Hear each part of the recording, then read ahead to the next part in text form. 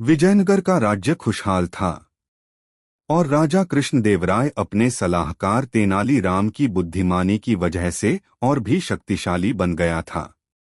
लेकिन एक सुबह राज्य में अफवाह फैल गई। एक और राजा आया है जो खुद को असली कृष्णदेवराय बताता है।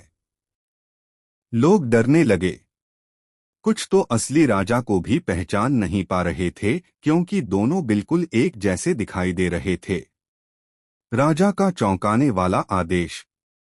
असली राजा ने सभा बुलाई और कहा, जो ये साबित कर दे कि मैं असली हूं और दूसरा नकली, उसे मैं 1000 स्वर्ण मुद्राएं दूंगा।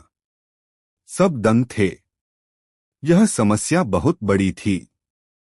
तभी तेनालीराम मुस्कुराते हुए आगे आए। राजा बोले, तेनाली, यह मामला मजाक नहीं। पूरे राज्य की सुरक्षा दांव पर है। तेनाली बोला, महाराज, दोनों में फर्क ढूंढना आसान नहीं, लेकिन नकली हमेशा एक गलती जरूर करता है। पहला सुराग, पलकों की झपक। तेनाली ने देखा कि नकली राजा जब भी बोलता है बहुत कम पलकों को झपकाता है। तेनाली सोचने लगा, ये इंसानी व्यवहार नहीं, शायद कोई बहुत प्रशिक्षित नट या जासूस है। दूसरा सुराग, तलवार पकड़ने का अंदाज। तेनाली ने दोनों राजाओं से कहा, एक जैसी तलवारें पकड़कर दिखाइए।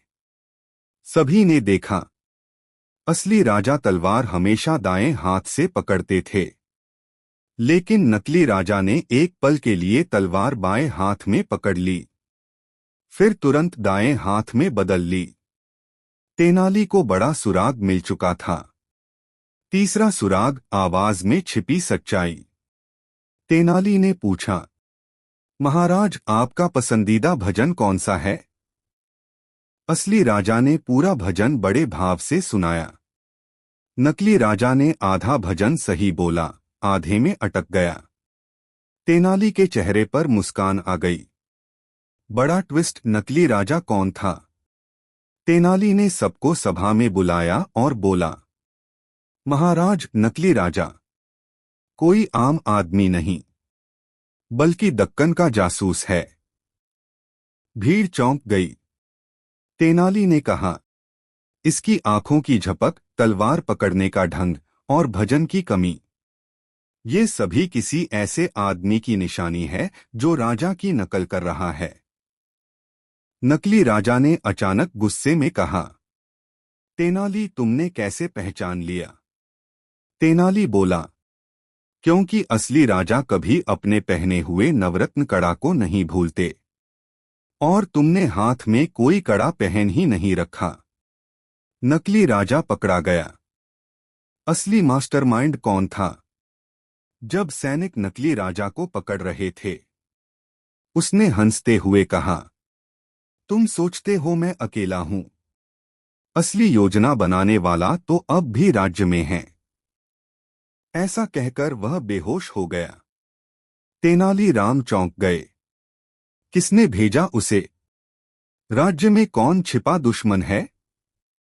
राजा ने पूछा, तेनाली, क्या यह खतरा अभी खत्म हुआ?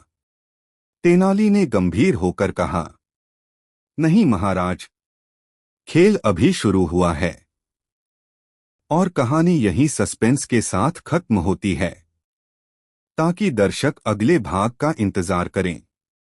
सीख, झूठ चाहे कितनी ही अच्छी तरह छिपाया जाए, बुद्धि और सत्य के सामने टिक नहीं सकता। Please like, share and subscribe our YouTube channel.